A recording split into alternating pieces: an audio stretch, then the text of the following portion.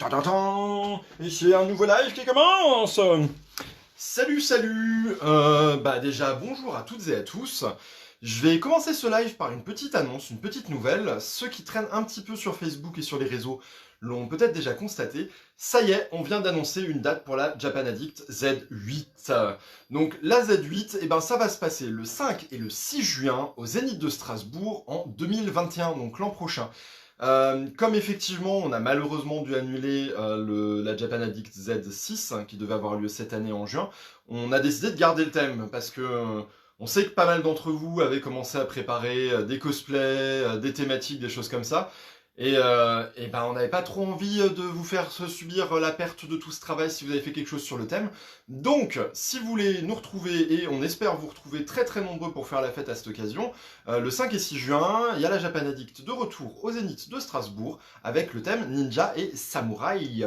Donc, on reste vraiment sur le même thème que ce qu'on avait fait, et on va vous préparer une fête d'enfer, histoire de compenser un petit peu l'hiver et le printemps qui va passer, parce qu'on a effectivement d'abord la Z7 qui aura lieu le 31 octobre et le 1er novembre, si tout se passe bien, et après ça, on va reprendre enfin le rythme normal des Japan Addicts, c'est-à-dire avec la Z8 qui se fera au début de l'été pour fêter la fin des vacances ou le presque bac pour ceux qui seront mangés à cette sauce-là à ce moment-là. Voilà, ça c'était la grosse nouvelle, donc je suis plutôt content de vous l'annoncer, parce que ces derniers temps, quand on faisait des annonces sur les événements, c'est pas toujours très très joyeux, mais là pour le coup, c'est plutôt cool. Donc oubliez pas, booker déjà les dates, 5 et 6 juin 2021, le Zénith de Strasbourg, on se retrouvera là-bas et on fera une grosse fête. Sinon, comme on est dans un thème convention, j'ai envie de vous parler d'un manga qui parle de convention. Ça s'appelle L'Imprimerie des Sorcières, c'est sorti chez Soleil Manga, c'est par Mochinchi et Yasuhiro Miyama. C'est l'histoire, c'est un isekai, c'est l'histoire d'une jeune fille qui se retrouve dans un univers de fantasy où chacun a un pouvoir. Ces pouvoirs sont très variés, il y a des mecs qui peuvent changer la soupe en rôti, il y a des mecs qui peuvent lancer des boules de feu, et elle, son don très particulier, c'est sa capacité à reproduire les ouvrages magiques. En gros, elle claque des doigts et elle fait des photocopies de grimoires de magie. Ce qui est plutôt cool au demeurant. Mais elle est aussi passionnée de lecture. Elle adore les livres, elle aime énormément ça. Et elle se rend compte d'un truc, en fait, c'est que, oui, le livre a une place importante dans cette société-là, mais sans plus. Et c'était aussi un peu une otaku. Et là, elle se dit, mais attends, en fait, ce qu'il faut que je fasse, c'est que j'organise un salon du livre.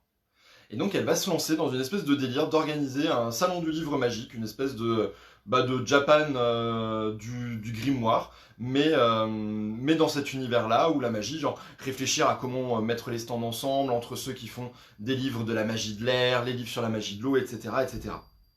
C'est mignon, c'est plutôt bien fichu, voilà, ça vous donne une petite idée de à quoi ça ressemble.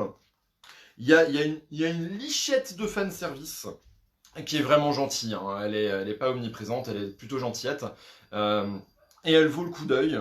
C'est une petite série qui m'a fait sourire. Quand elle réfléchit au placement des stands, je vous avoue que ça m'a fait penser un petit peu à ce que moi je fais quand je dois placer les stands pour la Japan. Et que j'ai fait, ouais, ce genre de problème, je le connais. C'est trop mignon. Non, c'est vraiment c'est une chouette petite série. Il y a 2 tomes pour le moment. Je vous la conseille. C'est dans la même collection avec ces couvertures un peu moirées comme ça, que John Dragon cherche donjon, ou appartement ou donjon ou appartement, je ne sais plus. Mais on est vraiment dans le même genre de collection, donc n'hésitez surtout pas. C'est plutôt chouette.